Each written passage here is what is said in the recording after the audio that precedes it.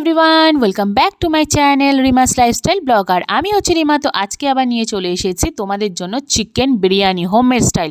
তো সেদিনকার বাড়িতেই বানিয়ে ফেললাম চিকেন বিরিয়ানি।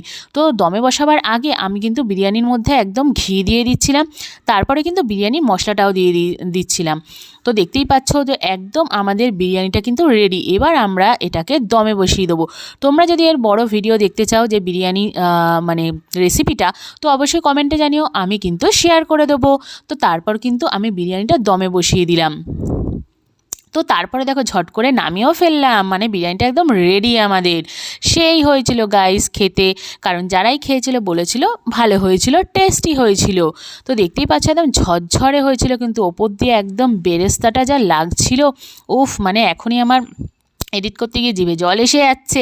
একদম গরম গরম আমি থালাতে একদম সার্ভ করে নিয়েছিলাম। চিকেন লেগ পিসটা দেখছো গাইস, সেই পিস ছিল সেই।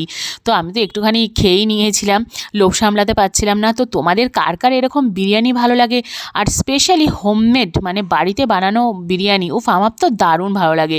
আর একটু আমি বাড়িতে বানালে বেশি আমি খেয়েও ফেলি।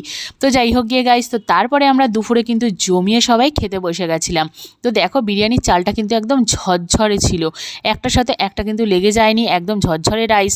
তার সাথে চিকেন লেগ পিসটা দেখতে পাচ্ছ এরকম নাড়ালেই মানে একদম মাংসগুলো একদম খুলে খুলে যাচ্ছে, ঝরে ঝরে পড়ছে।